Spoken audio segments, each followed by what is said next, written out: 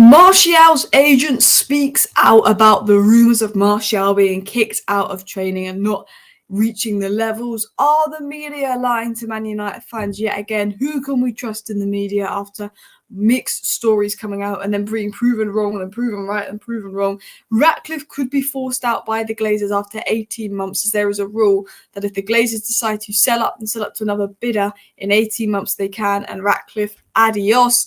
And then more news and information in regards to the latest on United transfers, who's on the centre-back shortlist of targets, and more. So please do hit that like button if you have not already. And of course, subscribe down below if you're new, as we're going to now round up all the latest Manchester United news in less than 10 minutes for you guys. Starting with the Martial story here, Martial's agent said this. Now, if you don't know what was said about Martial, to give context, it came out, I think, from Matt Hughes or something, that Martial had been kicked out of training and forced to train alone because he'd not hit the fitness level required by Erik ten Hag, and he had to train by himself and sort of is being forced out of United because he's not fit enough. This is what Martial's agent said in response to that. He said, what is said about him is completely false. He was not excluded from the group and he has no problem with Erik ten Hag. He's simply going to undergo a small operation on his abductors, which he should have done for a while, but which did not allow him to be 100%. So we'll do it now. He said Martial will not leave and he'll stay at United till June. So he's saying Martial isn't leaving.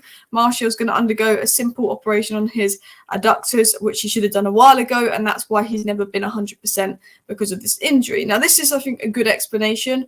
I think that it's sort of saying that no, Martial's training alone because he's not quite right. The fitness issues is because of a small operation he needs to do, and he's going to stay at United to the end of the season. Now, I think, as I said, with Martial, there has been complaints in the past about his fitness. He's clearly had injuries and not recovered from them properly. Ollie playing him injured didn't help. I think Martial will leave in the summer. In fact, I know Martial will leave in the summer. And I think what is going on with Martial is essentially that he might just not be at the levels due to injury concerns and is training alone because of that, and is annoyed at how the media have spun it. I think Martial's agent is speaking out because obviously with Martial looking for a move in the summer, it's not a good look for it to be coming out that Martial isn't fit and is training alone and might be causing problems, because Martial wants to get a good move in the summer and he'll want to come across as good as he can to those clubs. So I'd assume that Martial's agent is speaking out to make sure that people know that there's a reason why Martial isn't training with the first team. There's a reason why he's not 100%. And that is that the rumours are false. He's not been kicked out. He's got no problem with ten Hag. It's just that he just needs a small operation that he's going to do, and that's the reason he's not been 100%. And I think Martial's agent is making that clear because he'll want to get Martial a good move in the summer.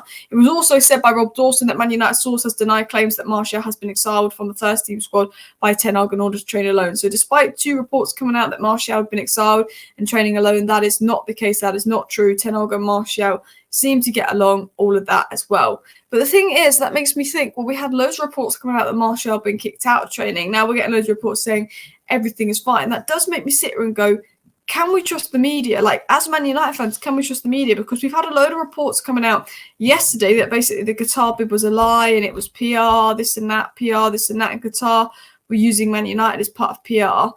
And then we get sort of reports coming out now from Qatar saying that Man United have lied and they did put an appropriate bid in. And then we just had the whole takeover situation in the media, which was 1 minute it was Jim, 1 minute it was the Qatar, and all the transfer news we get. And it's just like, you can't believe anything the media say at United. We get transfer news that's never true. Matt people told us we're signing De Jong. We had this Qatar one story, Jim Ratcliffe the other story. Who's to believe what really went down with the takeover? Were Qatar serious or not? Qatar is saying that they did put a right bid in and they did provide proof of funds. The SEC filings are saying that they didn't, and they're official files from the stock market and the whole situation, which is quite interesting. It's very mixed response, and it's just that you just don't know who to believe. And I think the one thing is, when the Glazers have been the owners of Man United for 18 years, and the Glazers are known for their constant lies, constant spins in the media, no wonder we get so much false information. The Glazers use the media to report transfer news as a PR spin, to report what fans want to hear in bad times.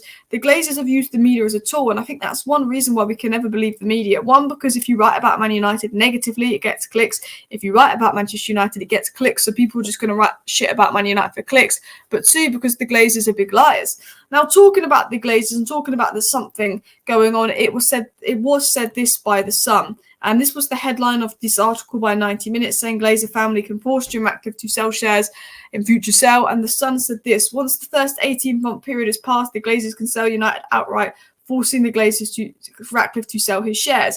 Once the first 18-month period is passed, the much maligned Americans can sell United outright, and that would force Ratcliffe's company to sell up every share they had in United to a potential new buyer. So this is interesting. Would 18 months be enough for Ratcliffe to make the changes in place that needed to be done?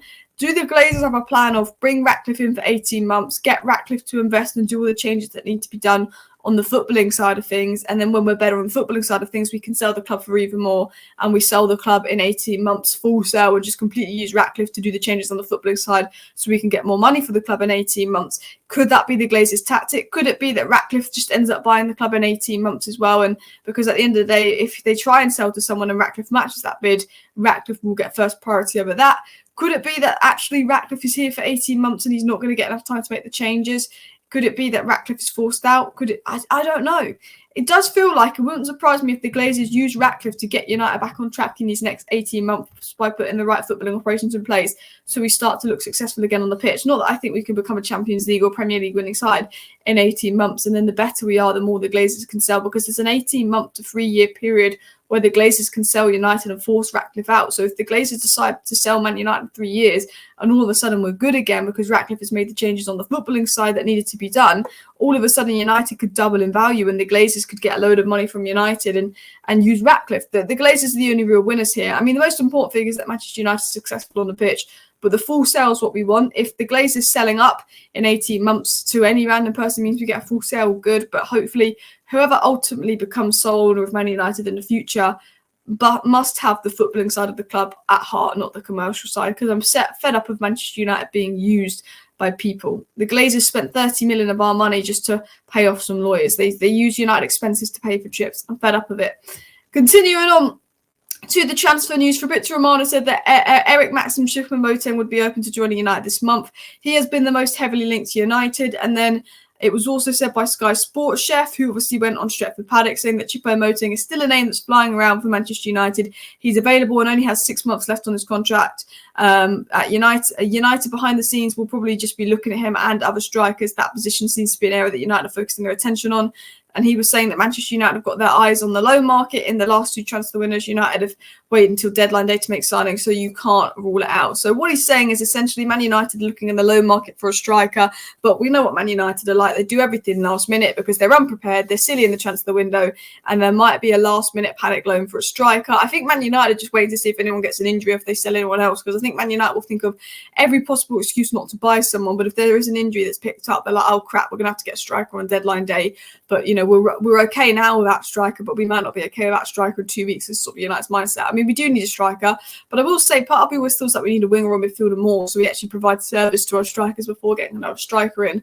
But with Martial probably injured and Foylan gets injured, that's Rashford at striker, and we know what Rashford's like at striker, not the best. So hopefully Manchester United do look to obviously go and get sort of a striker in the January window on loan. Maybe someone like Gonzalo Ramos would be brilliant, an actual good striker. Not a fan of Choupo-Moting, Marlon, Werner, Girassi, the players that we've been linked to, but it would be great if Manchester United could bring a solid sort of striker in a loan at the end of the January window that isn't awful, and maybe that's what United are looking to do. I think that could be something that Man United are looking to do because, as said, what was I saying? As I said, we obviously are looking at strikers online. I'm just chatting. I'm just waffling. I'm tired. I'm just waffling, people. I've been waffling too much today. We're looking at strikers on loan, but because we're Man United one organised, we'll probably maybe do something right at the end of the window. But you never know with United. We might not do anything. Going into the centre-back transfer news, because I just literally waffled that story for like a minute. It was said that United are looking at overhaul of centre-backs come summer. As mentioned before, Branthwaite is of real interest. United continue to monitor the situation and breaches an FFP situation that could force Everton to sell the player. It's quite possible that more than one centre-back could be signed, so that could be Branthwaite and Todibo. Who knows?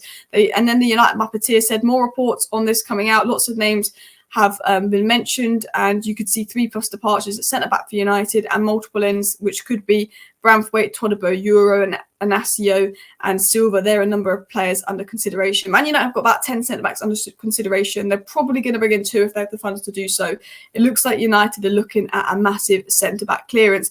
I think Todibo and probably Branthwaite is the most realistic. I think Branthwaite and Silva and Branthwaite and Anasio would probably be the best out of out the names linked if we're looking at longevity and stuff, but I think price-wise, Todibo is probably the most effective price-wise. Now, thank you everyone for watching today's video. I was falling asleep in a little bit of today's video, so I do apologize for me just waffling and losing my train of thought, but essentially, Martial has not fallen out with Ten Hag. Choupo-Moting is wanted and not wanted, but Choupo-Moting is a name of interest, and maybe United will do something on deadline day because they do want a striker on loan. United looking at centre-backs ahead of the summer. Ratcliffe could be brought out in 18 months and more. Hit the likes on the way out. Subscribe down below if you're new. Thank you for watching. Bye.